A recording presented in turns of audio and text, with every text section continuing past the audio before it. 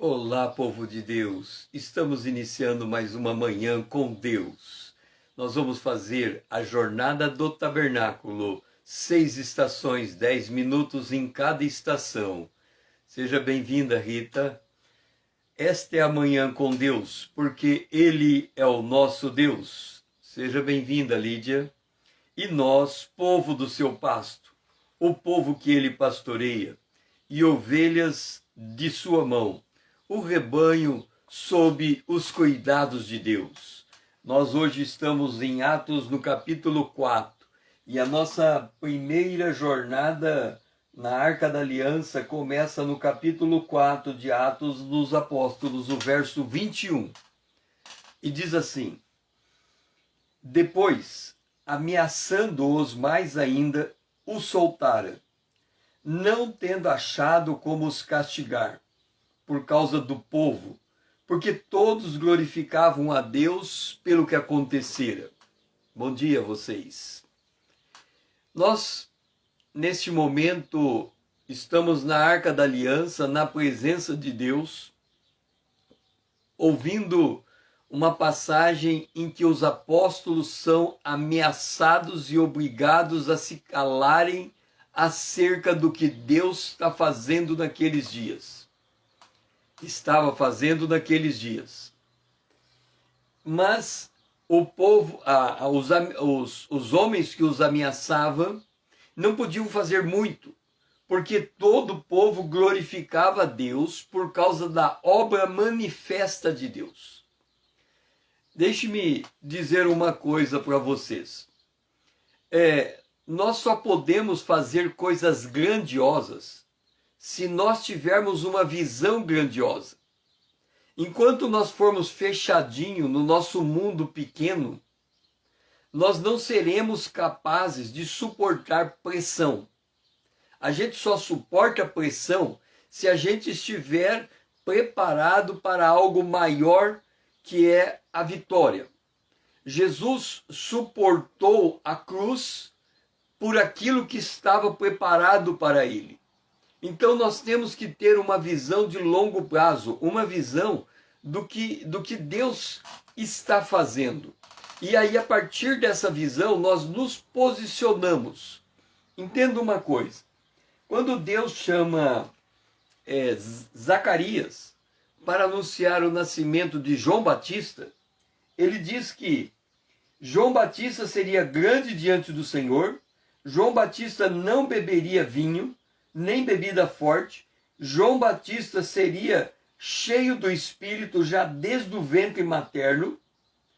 João Batista converteria muito dos filhos de Israel ao Senhor seu Deus, e que iria diante do Senhor no espírito e no poder de Elias, isso João Batista, para converter o coração dos pais aos filhos, converter os desobedientes à prudência do justo, e habilitar para o Senhor um povo preparado.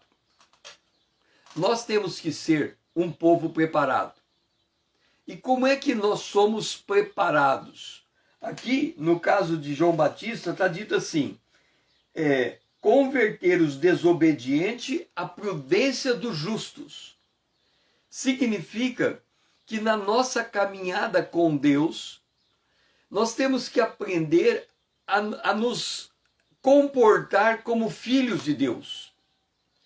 E como é que nós nos comportamos como filhos de Deus? Quando em meio a uma situação adversa, ao invés de nós reagirmos como naturalmente faríamos, no descontrole emocional, a gente entrega uma resposta à altura daquela situação, porque nós sabemos que estamos andando na presença de um Deus vivo.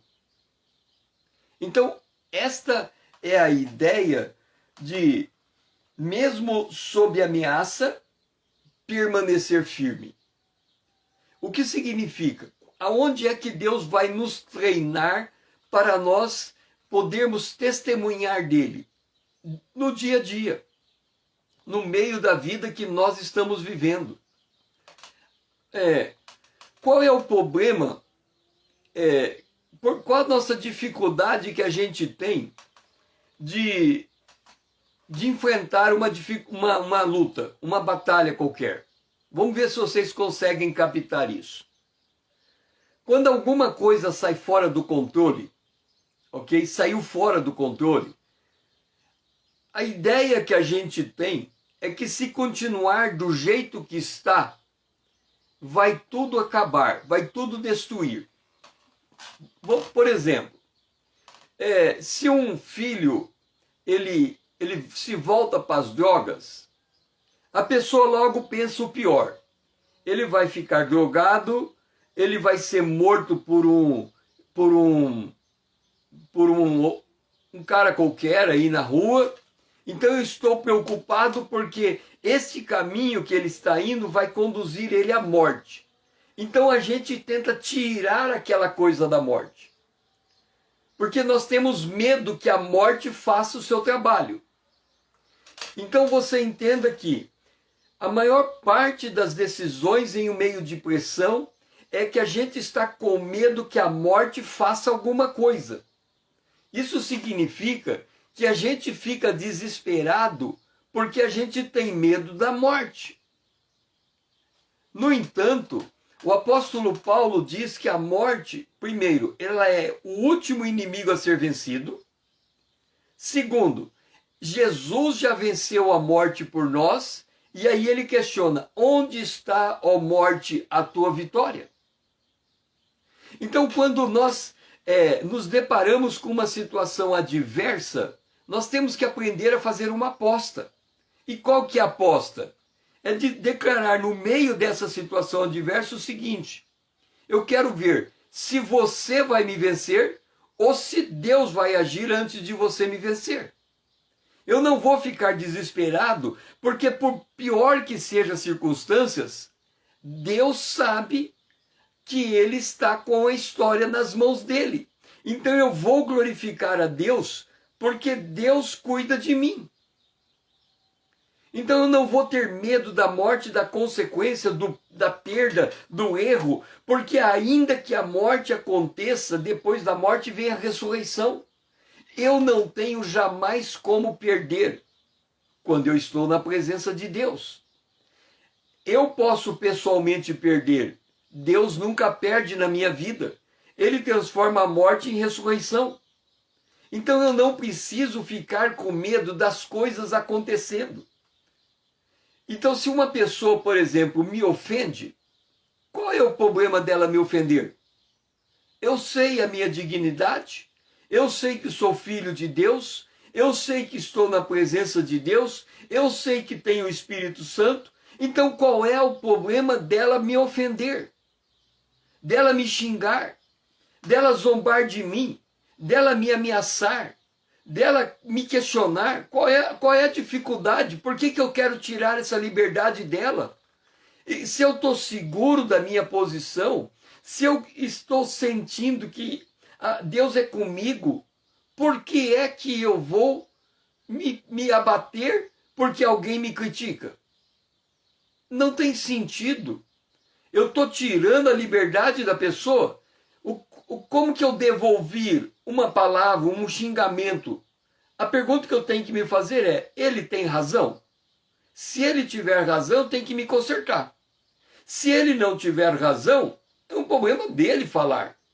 Eu não vou mudar a minha atitude, a minha perspectiva, o meu posicionamento só porque eu estou sendo ofendido. E assim os apóstolos, eles foram ameaçados, mas tiveram que ser soltos, porque não havia o que fazer com eles. Eles estavam firmes na sua posição diante de Deus. Então, nós estamos hoje, nesta manhã, para nos colocar firme na posição no meio da situação em que estamos vivendo. Nós não podemos nos deixar abalar por aquilo que está fora do nosso controle, porque se o fizermos isso, nós não estamos enxergando a bondade, a graça e a misericórdia de Deus. Nós estamos olhando para as circunstâncias e tornando menor do que elas. Nós temos que olhar para as circunstâncias e entender que nós temos um Deus que batalha por nós. Então vamos aguardar em Deus a vitória. Pai, nós glorificamos a Ti, Senhor, porque é no meio da pressão que o Senhor nos prova, é no meio da pressão que o Senhor manifesta a Tua presença, é no meio da pressão que o Senhor nos dá paz para mantermos firme nossa posição. Que este dia, Senhor, a gente aprenda a andar desse modo, crendo que o Senhor está, de fato, no controle de tudo que está acontecendo conosco. E mesmo que a gente seja ameaçado, que o Senhor possa prevalecer no nosso comportamento para demonstrar que nós estamos firmes na Tua presença e não somos abalados por aqueles que querem nos abalar. Nós oramos agradecidos, em nome de Jesus, o Teu Filho amado a quem nós amamos. Amém. Vamos para o altar de ouro, verso 22. Ora, tinha mais de 40 anos aquele em que se operara essa cura milagrosa. Eu me lembro que quando eu aceitei Jesus, há mais de 40 anos atrás, não, mais de 40 não, desculpa, em 1979, não sei se dá 40 anos, 79, 89, 99, 2009, 2029. Então dá uns mais de 30 anos atrás. Eu olhei para a Bíblia e olhei para os profetas do Antigo Testamento. Então nós temos um profeta como Isaías, escreveu um livro, um grande livro, é chamado o Grande Profeta. Mas nós temos um profeta como Ageu, que entrega uma palavra profética e escreve um livro. Nós temos um profeta no livro dos reis chamado Micaías. Ele enfrenta uma situação e ele todos os profetas profetizando a favor e mentindo, e ele profetiza contra todos os profetas. E a história de Micaías é só lá naquele pontinho da Bíblia. E aí eu fiz uma avaliação e disse assim: eu vou ter uma vida pela frente. Vamos supor que durante toda a minha vida, 30 anos de vida cristã, Deus não faça nada comigo. Ninguém presta atenção em mim, ninguém olha para mim, eu continuo a minha vida normal, mas sempre estudando a palavra de Deus, orando, meditando, mas nada acontece de extraordinário na minha vida. Mas lá no fim da vida, quando eu tiver 70, 80 anos, Deus usa tudo que Ele me ensinou ao longo de 80 anos num único dia. E naquele dia eu faço algo absolutamente glorioso. E nunca mais faça nada igual. Eu pergunto, a minha vida teria valido a pena por aquele único dia que Deus me usou em 40 anos de vida cristã? A resposta que eu entreguei a mim é sim, teria valido a pena. Se eu andar com Deus ao longo de uma existência inteira e for usado um único dia, esse dia vai ser contado por toda a eternidade. Aquela mulher que derramou o vaso de alabastro nos pés de Jesus. Jesus disse, esse relato vai estar registrado na Bíblia para ser contado para todas as épocas. Então, nós temos que entender que nós somos filhos de Deus, que Deus pode, como servos de Deus, nos usar em um dado momento no tempo. E aqui nós encontramos um homem que esperou 40 anos por uma cura, mas o relato da vida dele está na Bíblia. O relato da vida desse homem está registrado em Atos dos Apóstolos. A história desse homem, quando nós tivermos há 1 bilhão de anos, nós vamos estar lendo essa história e aprendendo com este homem. Então, quando nós olhamos para o tempo da nossa vida e a gente olha, o que a gente enxerga? Só as batalhas, as lutas, as dificuldades, parece que tudo vai se perder, parece que tudo, sabe?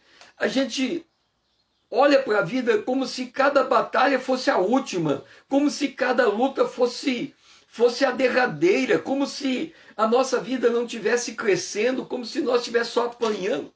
Mas qual é o lugar de encontro? Aonde que Deus vai se manifestar? Os discípulos foram presos por causa do benefício que eles fizeram em uma pessoa. Entenda, hoje a gente vive na nossa casa em paz. No entanto, o governo, as condições de governo podem mudar. De repente, o nosso país pode passar por uma situação de exceção. As pessoas poderão ser presas. Hoje a gente tem o trabalho, tem uma vida razoavelmente tranquila, amanhã pode não ter nenhum emprego, amanhã pode, por causa da perseguição, nós podemos ter que fugir para não sabe nem onde. Por que nós temos que pensar nessas coisas? Porque se nós não somos capazes de enfrentar uma luta dentro de casa, como é que vamos enfrentar uma luta lá fora? Se dentro de casa nós não somos capazes de dar um testemunho da nossa fé, no sentido de permanecer equilibrado, no sentido de permanecer confiante, no sentido de permanecer na expectativa do mover de Deus, como é que nós vamos poder enfrentar uma perseguição como acontece em outros países, lá na China, em outros países em que os cristãos são perseguidos e eles têm que adorar a Deus escondidos? Então, se a gente não tem experiência com Deus aqui e agora, como é que vamos ter experiência com Deus quando nós precisarmos da palavra de Deus? Hoje, se eu contar aqui nessa sala, não sei quantas Bíblias tem aqui, mas eu li a história de homens de Deus na prisão, que a única coisa que eles tinham era aquilo que eles tinham na memória. E o dia mais alegre desses homens que estavam presos por amor a Cristo é quando chegava um novo prisioneiro preso também por amor a Cristo, e aquele prisioneiro trazia à memória do que estava preso textos da palavra de Deus que ele não mais se recordava. Seja bem-vindo, irmão Paulo. Então nós temos que entender que nós temos que sermos preparados como um povo bem disposto. Nós temos que ser preparados como os guerreiros da última hora. Nós temos que estar preparados para qualquer tipo de adversidade por amor a Cristo. E quando nós estamos inseridos na nossa vida, em que nós estamos com dificuldade com parente, com primo, com amigo, com irmão, com pai, com marido, com mulher, com esposo, não importa o tipo de dificuldade que a gente tem, Deus usa essa condição para manifestar a obra dele. Este homem tinha mais de 40 anos quando se operou a cura milagrosa. Eu não sei quando é que Deus vai intervir na minha vida e vai mudar o meu cativeiro, mas eu não perco a esperança, porque o problema não é eu ficar no cativeiro. O problema não é eu demorar no cativeiro. O que enche o meu coração é como é que Deus vai me tirar do cativeiro. Como é que ele vai fazer esta obra? Como que eu vou poder um dia relatar que eu fiquei 40 anos padecendo dificuldade, luta, mas num dia glorioso Deus mudou minha história. Como é que vai ser esse de repente de Deus? Então a gente tem que olhar para a luta, não é achando que ela vai nos levar à morte, mas olhando para ela como quem diz, como é que Deus vai mudar isso? Como é que Deus vai reverter isso? Como é que Deus vai intervir nisso? E eu tenho que encher o meu coração do que Deus vai fazer, não do que o mundo está fazendo, não das dificuldades que eu estou passando, mas olhando para elas como quem diz, vai ter um de repente. E quando esse de repente tiver, eu terei uma experiência viva com meu Deus. Eu saberei que Ele é Deus vivo e presente. Pai, eu glorifico a Ti, Senhor. Porque pode passar 40 anos vivendo uma situação difícil, aonde a gente não consegue enxergar em nenhum lado a vitória. Mas que a gente, nesses 40 anos, passando por essa luta, a gente olhe para ela na expectativa da intervenção do Senhor. Porque o Senhor é o nosso Salvador. Né? Alimentando a expectativa que vai chegar o dia glorioso em que todos entenderão que o Senhor é Deus sobre a nossa vida. Porque nós cremos que o Senhor é Deus, mesmo em situação adversa.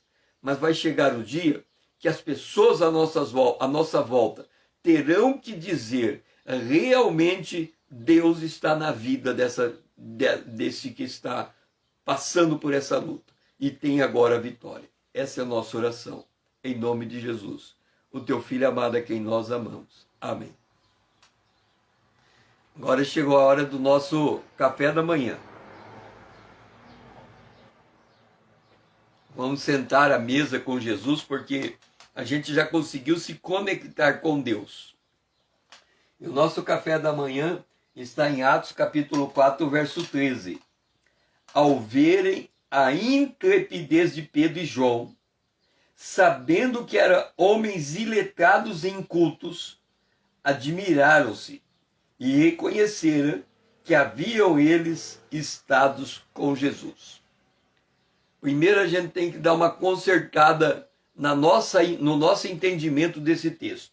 Quando diz que Pedro e João eram homens iletrados e incultos, eles eram iletrados porque não eram da escola dos fariseus e saduceus. Mas um judeu, como Pedro e João, conheciam a Bíblia quase inteira de memória. Então eles não é, tanto é que quando Pedro se levanta para falar em Atos capítulo 2, ele cita o Salmo, ele cita a profecia de Joel de memória. Então o judeu era desde pequeno ensinado a memorizar as escrituras. O João e Pedro, quando João Batista estava batizando e eles encontraram com Jesus, apontado por João Batista, os discípulos disseram entre eles: este é aquele que as profecias declaram que está vindo, que iria vir. Então, Pedro e João, antes de conhecerem Jesus, sabiam profeticamente que Jesus podia aparecer nos dias deles. Então, entenda, quando nós falamos dos homens do Antigo Testamento, do judeu que não é letrado, não é o analfabeto brasileiro nosso. Não é o cara que não sabe ler e escrever. É um cara que conhece a Bíblia de memória inteira. Só não entrou num seminário de teologia. Essa é a ideia. Então, os judeus não eram, os discípulos de Jesus não eram analfabetos. Eles conheciam a Bíblia de memória. De Gênesis era porção inteira. O povo do antigo, os povos passados, eles sabiam a Bíblia de memória. Então, corrigido isso, voltando ao texto, os homens que prenderam viram a intrepidez de Pedro e João e se admiraram, reconhecendo que eles estavam com Jesus. Entenda, nós estamos aqui na manhã com Deus.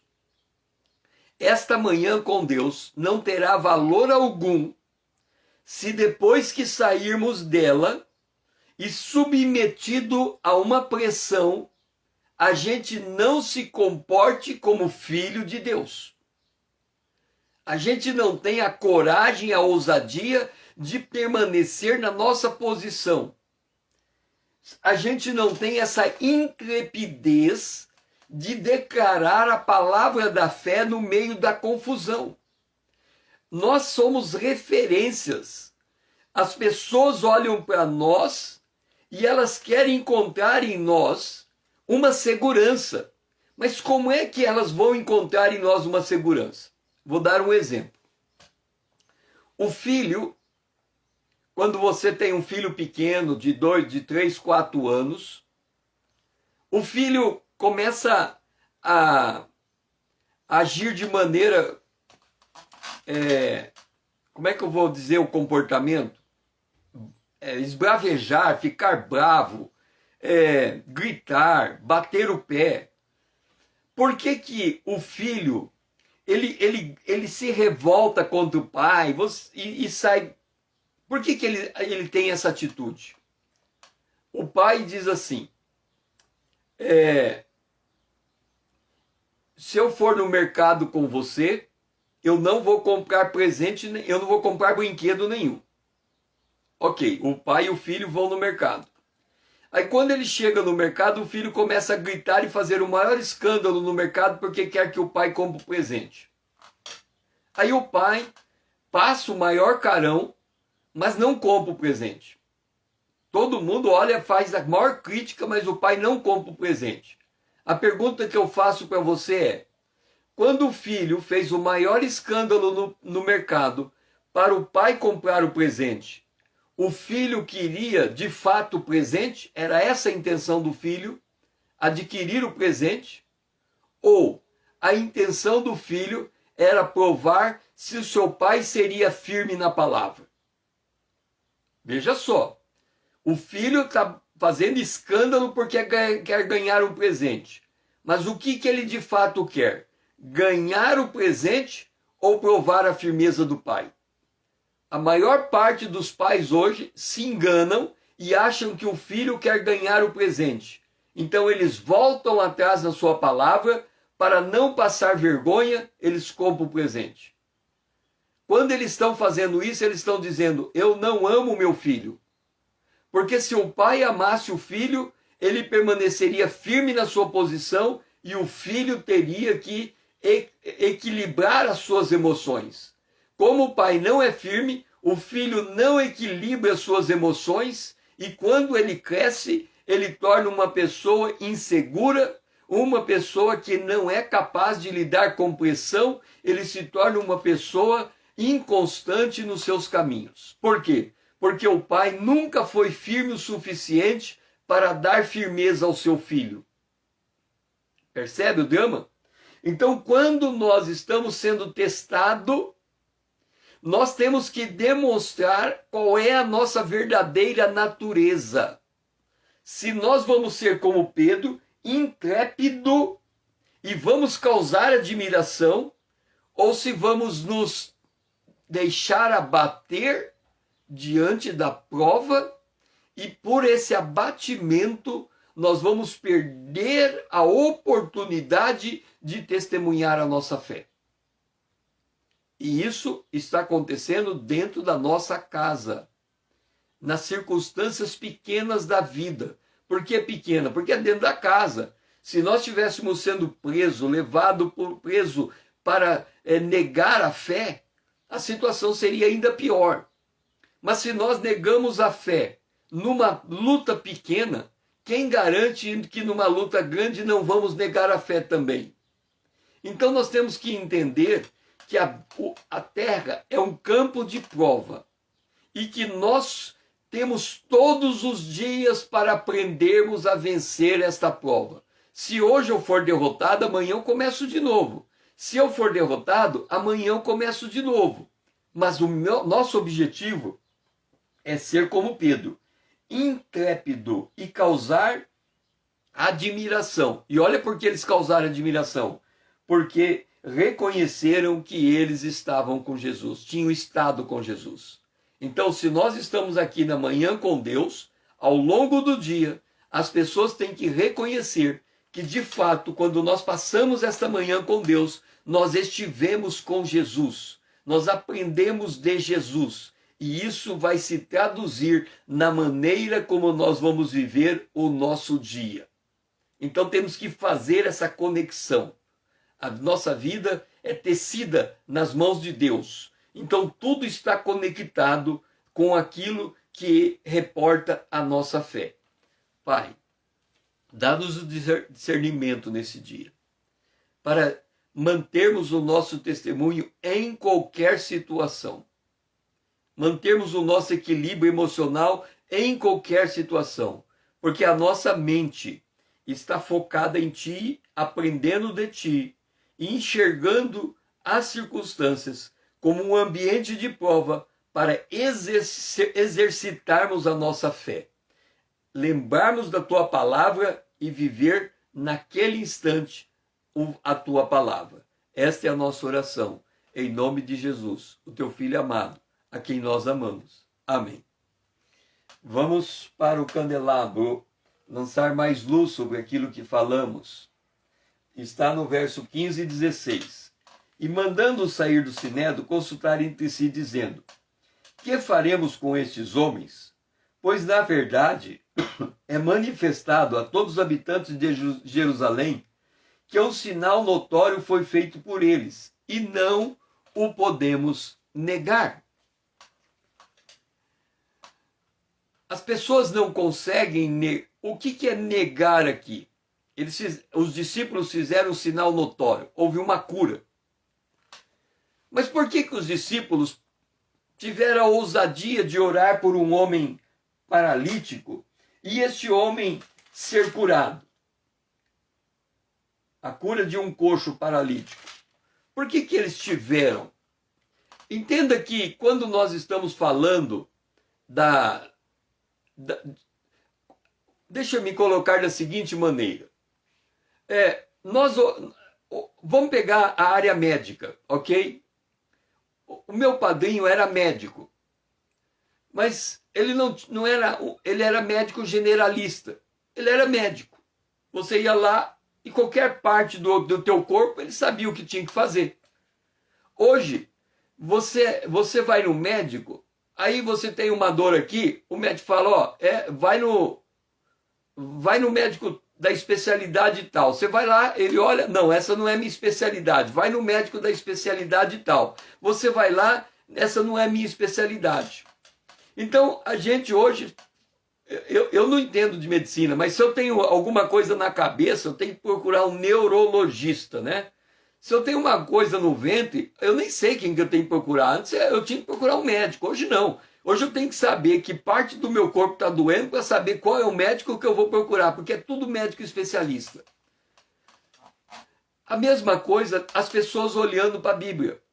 Ela diz assim, o que é um homem de Deus? É um homem de Deus, alguém que ora pela cura e a pessoa é curada. Então a pessoa diz, eu quero ser um homem de Deus. Eu quero orar por uma pessoa enferma e ela ser curada. Mas ele enxerga a obra de Deus só dessa forma. Se eu colocar a mão no paralítico, num doente, e ele for curado, eu sou homem de Deus. Mas as outras partes da vida dele, está tudo desmontada, está tudo desfeita, está tudo bagunçada. Mas quando ele está no púlpito, ele é homem de Deus. Ele ora pela cura e a cura acontece. É porque ele só enxerga a obra de Deus daquela maneira. Ele não acha que Deus está preocupado com a maneira como ele come, como ele veste, como ele pensa. Não. A Bíblia diz assim, porão a mão sobre os enfermos e serão curados. Eu sou homem de Deus. Olha como eu acredito em Deus. Eu ponho e a pessoa é curada. Não é assim que funciona. Quando nós temos um dom qualquer, o dom é uma manifestação de algo que deve fazer parte da nossa maneira de ser, o estilo de vida. Então nós vimos ontem que o Senhor está olhando para aquilo que a gente pensa. Aquilo que eu penso é aquilo que eu quero. Aquilo que eu sinto é aquilo que eu desejo a partir daquilo que eu penso. Aquilo que eu creio é o que eu desejo, porque eu creio que Deus é capaz de realizar o desejo do meu coração. Aquilo que eu tenho fé é a maneira como eu entendo que Deus vai impactar as pessoas a partir daquilo que eu quero, daquilo que eu desejo, daquilo que eu creio. Isso vai acontecer e Deus vai fazer algo, como aqui, um sinal notório que ninguém podia negar. Mas antes de eu ser habilitado a um sinal notório, eu tenho que ser habilitado na oração, na comunhão com Deus, no entendimento da palavra. Por quê? Porque se Satanás, se transfigura em anjo de luz e faz os seus ministros se parecerem ministros da justiça, e ele introduz falsa doutrina, se eu não conhecer a palavra, eu facilmente sou enganado. E eu penso que estou fazendo algo de Deus, quando de Deus não é. A Bíblia diz em Deuteronômio que se um profeta chegar até mim e disser: César, hoje você vai receber uma bolada de dinheiro, vai cair na tua conta R$1 milhão. Imagina.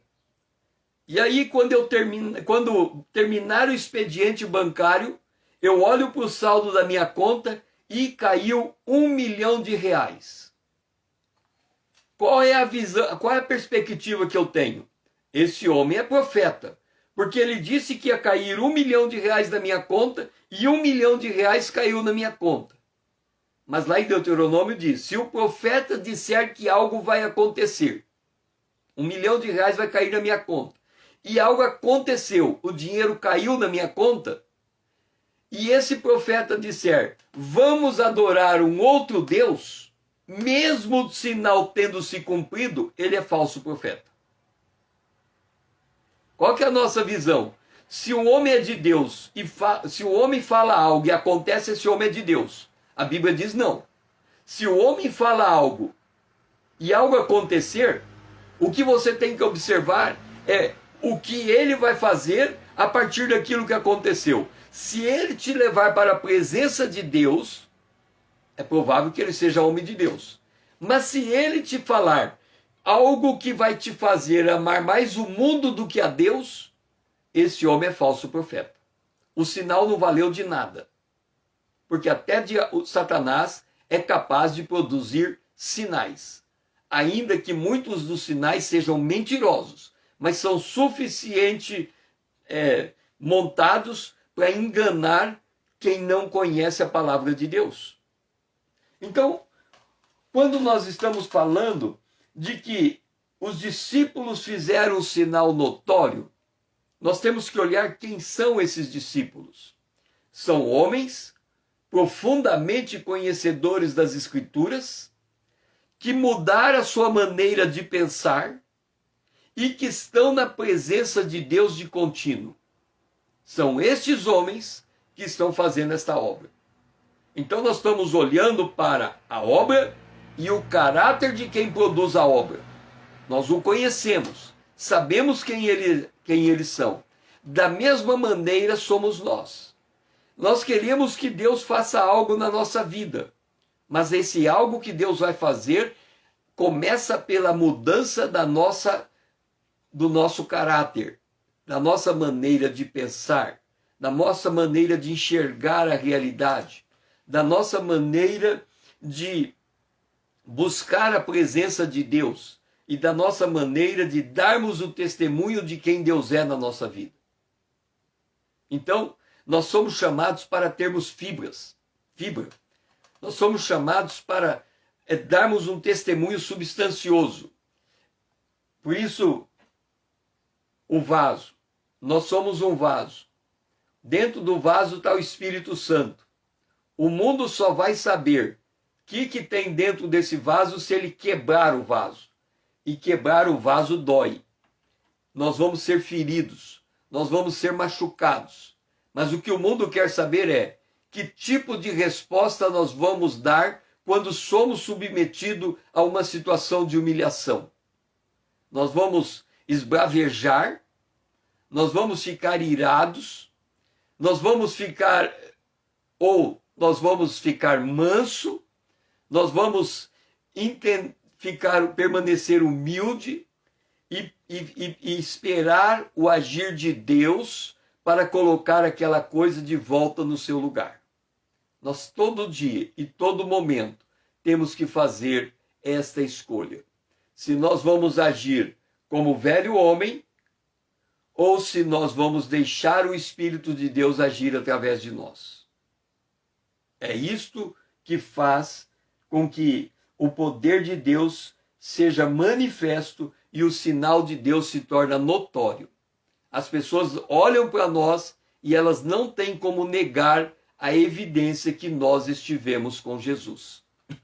Pai, nós glorificamos a Ti, Senhor, porque o nosso desejo aqui é que o nosso testemunho seja notório entre as pessoas que nos conhecem. E para que isso aconteça, Senhor, aquilo que nós somos na Tua presença tem que ser aquilo que somos na presença dos homens. Nós não podemos mudar de atitude só porque somos pressionados. Nós temos que permanecer firmes na Tua presença. Essa é a nossa oração. Em nome de Jesus, o Teu Filho amado a quem amamos. Amém. Vamos agora sair do lugar santo e vamos para o pátio, a pia de cobre. E a pia de cobre está no verso 18 a 20. Chamando-os, ordenaram-lhes absolutamente que não falassem, nem ensinassem em o nome de Jesus. Mas Pedro e João lhe responderam: julgai se é justo diante de Deus ouvir-vos ante vós outros do que a Deus. Pois nós não podemos deixar de falar das coisas que vimos e ouvimos. Ontem eu estava olhando no Facebook e apareceu uma história em quadrinhos. E era uma moça do caixa atendendo um freguês, e aí deu alguma coisa errada e o freguês começou a xingar aquela moça. Ela ouviu calmamente ele xingando ela, ela tentou ajudar, resolver a situação e equacionou a situação. Vanessa, seja bem-vinda. Ela equacionou aquela situação e aquele senhor foi embora. E ela continuou rindo. Aí uma senhora que estava no caixa olhou para ela e falou: por que você fica rindo se ele terminou de gritar, de esbravejar contra você? Ela respondeu assim: é que o mal está nele, não está em mim. E eu não vou permitir que ele estrague o meu dia e tire a minha felicidade. É isto que Jesus, que esses homens fizeram. Pedro está diante de juízes que podem sentenciá-los à prisão. E estes homens que têm toda a autoridade, diz a eles: vocês estão proibidos de falar de Jesus. A resposta de Pedro e de João é esta: vocês examinem o que é justo diante de Deus, se nós vamos ouvir vocês ou se nós vamos ouvir a Deus. Pois não podemos deixar de falar a coisas que temos vistos e ouvido. Que temos visto e ouvimos. O que quer dizer com isso? Que se estamos de fato na presença de Deus, aquilo que aprendemos de Deus vai impactar no lugar aonde estamos vivendo. Agora vem a pergunta: quem é que tem liderança sobre você? Deus que está falando com você ou a pessoa que está te pressionando? A pessoa que está zombando de você, a pessoa que está agredindo você, vai você perder o controle emocional? Faz você perder o controle emocional? Ou você está diante de Deus, observando que você está sendo ofendido, e você permanece firme, porque você diz: eu não posso negar o que eu tenho visto e ouvido, diante da prova. Então é nesse momento que aquilo que está no coração vai determinar aquilo que é a tua fé. Porque uma coisa é você estar aqui na manhã com Deus e crer nessas coisas. Deus fez isso com Pedro, eu concordo. Mas de fazer isso comigo é outra história. Então, nesse caso, eu creio que Deus pode fazer, mas é com outra pessoa, não comigo. Agora, se eu tenho fé, eu creio que Deus fez com Pedro, eu creio que Deus fará comigo. Eu aprendi com o pastor Paul Yong Cho o seguinte: ele diz assim: Deus não tem filho predileto. Se ele fez com alguém no passado, ele pode fazer conosco no presente. Então, quando eu leio a Bíblia, eu leio aqui e falo assim: Pedro e João, eles fizeram um sinal notório e diante de uma pressão, eles não mudaram de opinião. Agora a pergunta é, eu consigo fazer igual? Eu tenho que conseguir, porque eu tenho o mesmo espírito que eles têm e eles são fracos do jeito que eu sou.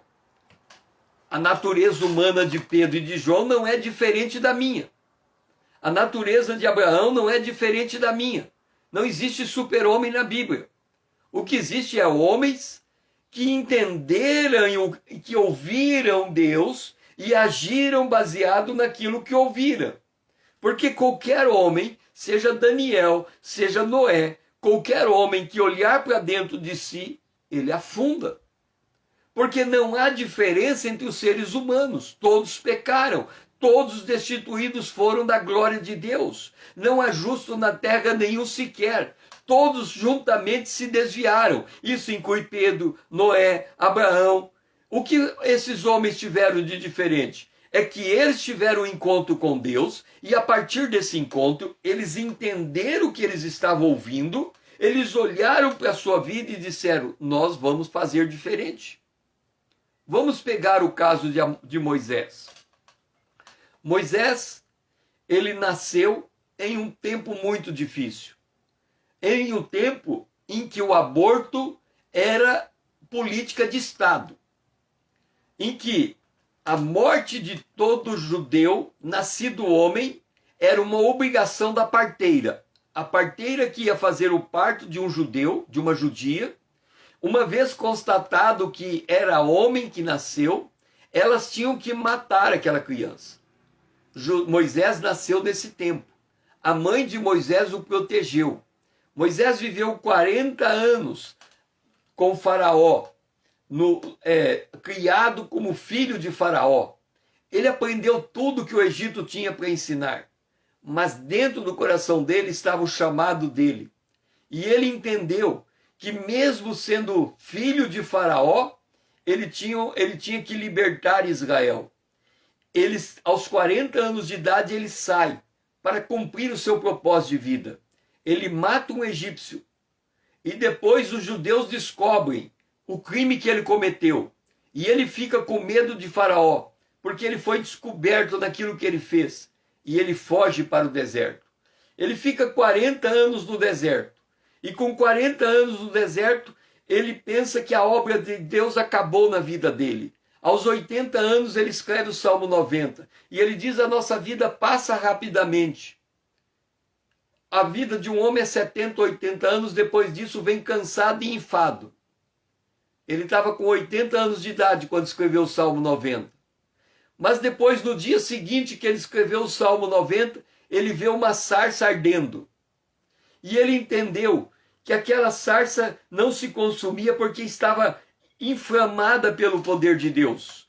E aí ele descobriu que se ele fosse inflamado pelo poder de Deus, ele poderia voltar ao Egito e libertar o seu povo.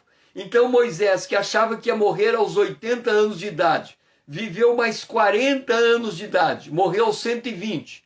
E ele viveu mais 40 anos descobrindo o que ele podia. Um homem inflamado pelo poder de Deus libertou uma nação. Então Moisés viveu 40 anos pensando que ele era tudo. Ele passou 40 anos descobrindo que ele não era ninguém. E aí ele passou mais 40 anos descobrindo o que Deus pode fazer com quem não é ninguém. É isto que faz um homem de Deus. É um homem perceber que ele não pode, por sua própria força, vencer uma situação. Mas inflamado pelo poder de Deus, ele tem essa intrepidez. Ele não se deixa abater pelas circunstâncias da vida.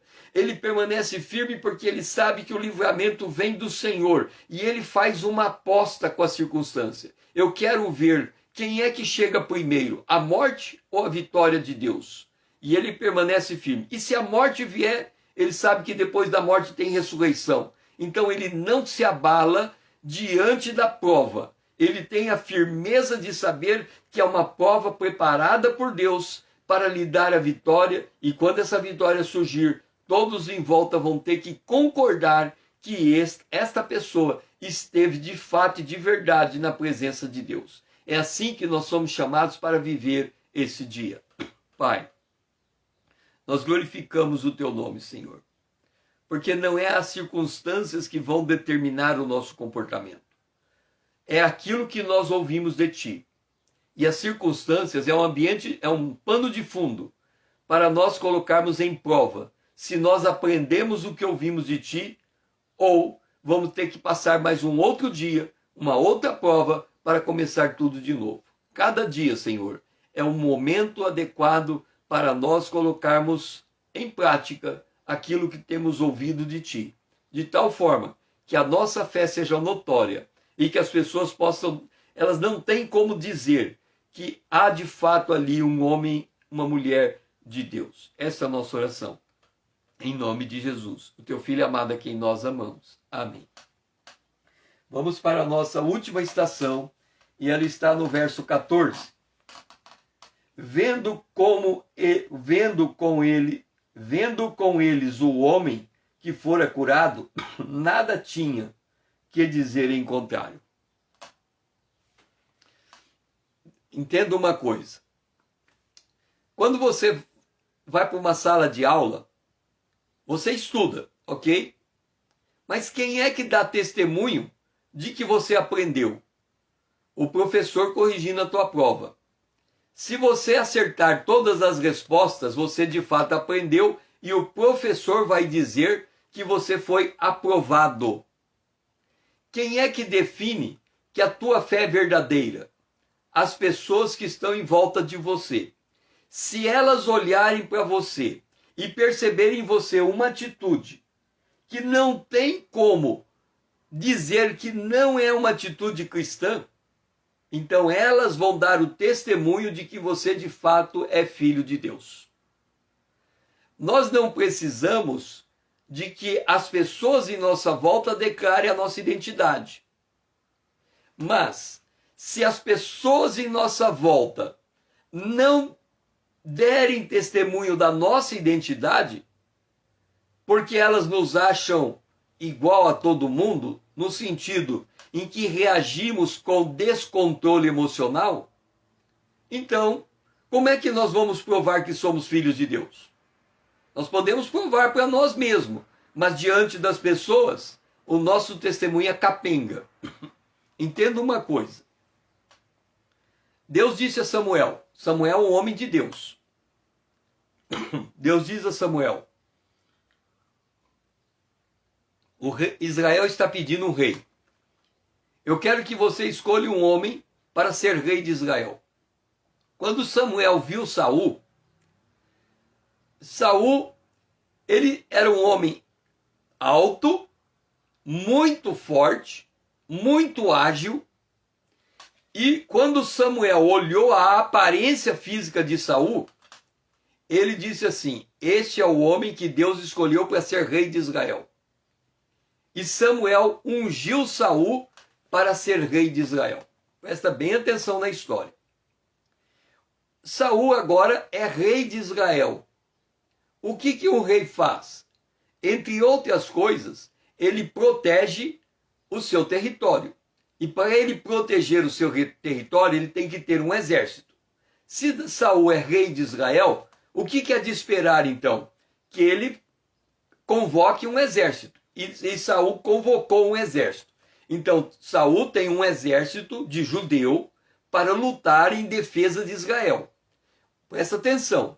Samuel, ele olhou para Saul e abençoou Saul nessa guerra.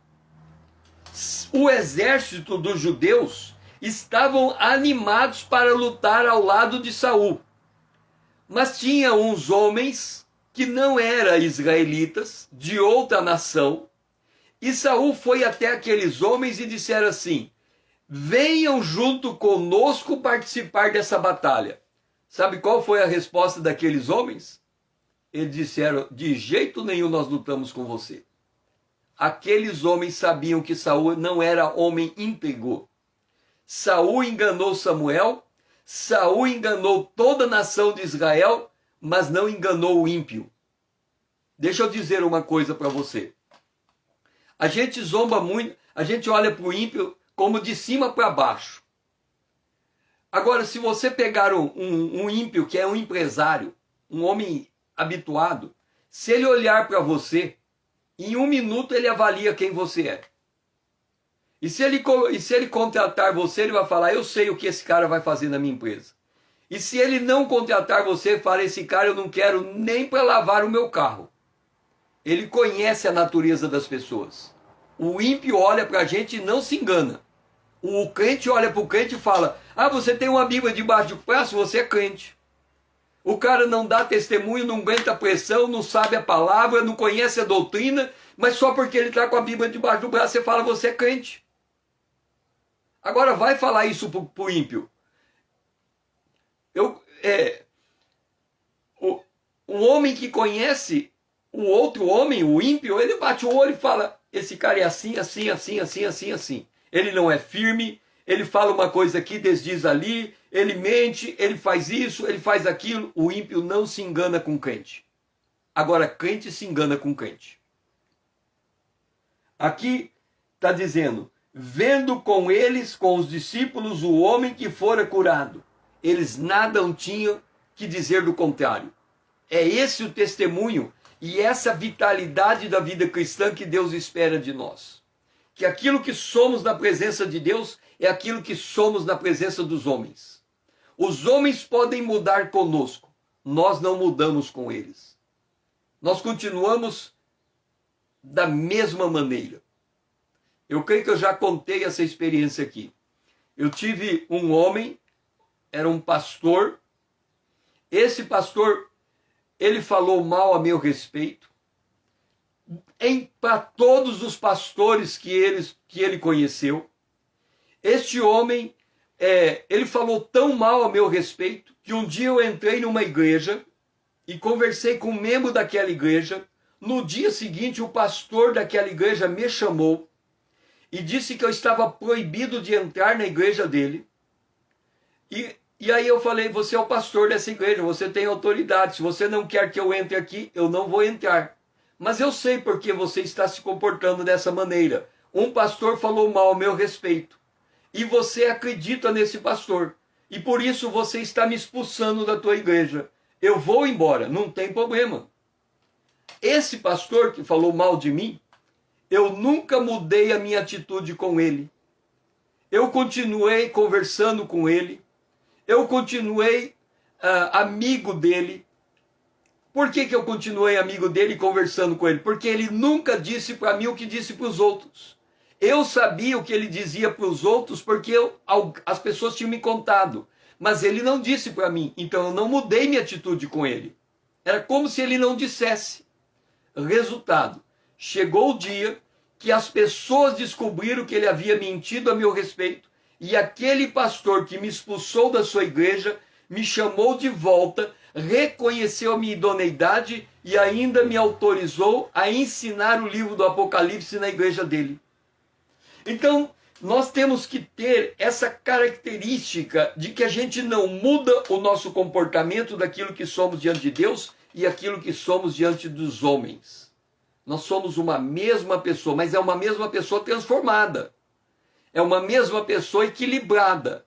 É uma mesma pessoa emocionalmente estabilizada. É uma mesma pessoa que tem a sua fé. Por isso que a palavra de Deus hoje é: o poder de Deus é sinal inequívoco. O poder de Deus na nossa vida é sinal inequívoco. Ninguém pode contestar. E é isso que nós temos que procurar. Aquilo que somos diante de Deus é aquilo que somos diante dos homens. E diante de Deus nós somos equilibrados. Diante de Deus as nossas emoções estão estabilizadas. Diante dos homens nós temos que ser equilibrados. A nossa emoção tem que estar estabilizada. Aí as pessoas vão dizer, realmente, diante da pressão, eu percebo que esta pessoa é diferenciada no seu comportamento. Porque a única maneira dela suportar essa pressão é com a ajuda do Espírito Santo, como a Lídia ali escreveu. É com a ajuda do Espírito Santo. É isto que nós temos que entender. Que nós somos ajudados o tempo todo por Deus para responder. Essa intrepidez de João é porque eles eram homens cheios do Espírito Santo. E é o Espírito Santo que nos dá o suporte, a sustentação em nossas emoções, para nós não demovermos da nossa posição. Pai, nós glorificamos a Ti, Senhor, porque o Senhor nos coloca no meio da prova para sermos aprovados, para não demovermos da nossa posição. Nos ensina a sermos diante de Ti o mesmo que somos diante dos homens, e a sermos diante dos homens o mesmo que somos diante de Ti.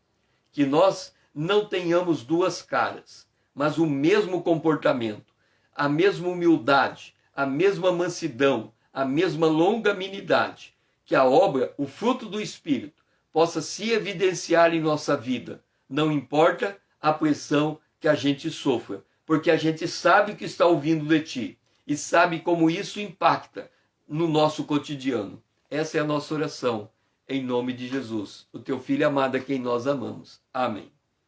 Que amanhã, às 5 horas em ponto, se o Senhor nos permitir, possamos estar aqui para mais uma manhã com Deus. E que hoje, que o poder de Deus seja o sinal inequívoco em nossas vidas. Que o Senhor, foi muito bom ter vocês comigo esta manhã. Que o Senhor seja louvado.